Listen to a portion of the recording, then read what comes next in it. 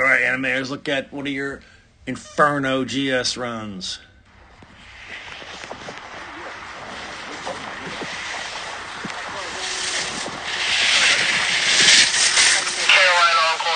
Steven, can you move a little bit? Find video.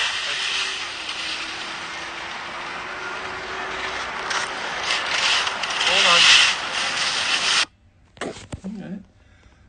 So, it was a rough course, obviously. You were tucking up here, which is good. That's a good thing. The tuck is not aerodynamic. I mean, like we've been talking about, our heads are fairly big right here, and we got a block. It has to be a bullet. We call it a bullet tuck. We have to create a bullet which has a point on it so that the air disperses around that point, and your hands are going to be the point. But right now, your head, chest is catching all sorts of air. So we have to raise the hands up. They've got to be up, almost blocking your vision. You need to have a flatter back and get into an aerodynamic position. This is not helping. I mean, there's no reason, you don't even need to tuck. That ain't going to help much. All right, came through the break over here, going on to the pitch. It was a hard turn. You opted just to kind of dump some speed and skid the whole thing. Which is, I get it. It's hard. Would have loved to have seen you take a couple chances and carve this thing. And how would you do that? You'd have to get yourself to rise line. Rise line is imaginary line drawn up from the gate over here. Get to that before you even start turning, and obviously you're turning well before it because you're skidding the turn.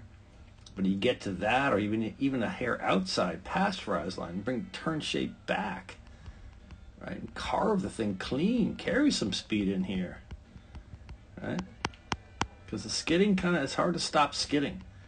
You ended up being, down, away from the panel. We want to be tight to the panel, keeping our elevation or space above the gate and the rise line throughout this whole pitch, and you didn't have any elevation here. So now we're fighting down below. We're skidding down below again and again. So we were behind it the whole way down the pitch. We're on this low line. All right, so now we're going like literally across the hill. We wanted to be more diagonally, so you're cutting speed and not carrying on to the flat. So it all these turns here started, with this one, because you opted to skid this thing and skid a little low, and then, low turns into lower half the time, and even lower. But some good turns in here once we got going, which is nice, but we got to be tight to every gate.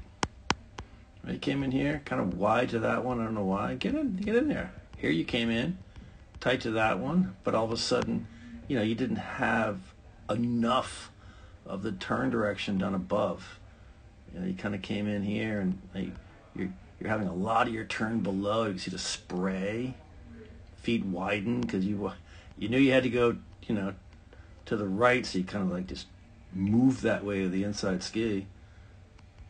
So the feet widened, and we're just running this low line, and obviously you're going to be around and off the gate there again, right here, wide. So, line is everything. You're making some good turns. You just got to be in the right line. Got to be patient, get out to rise line, and really, carve that top of the turn. Right? I know that first gate was tricky. I'm with you, but let's take some risks. It'll pay off.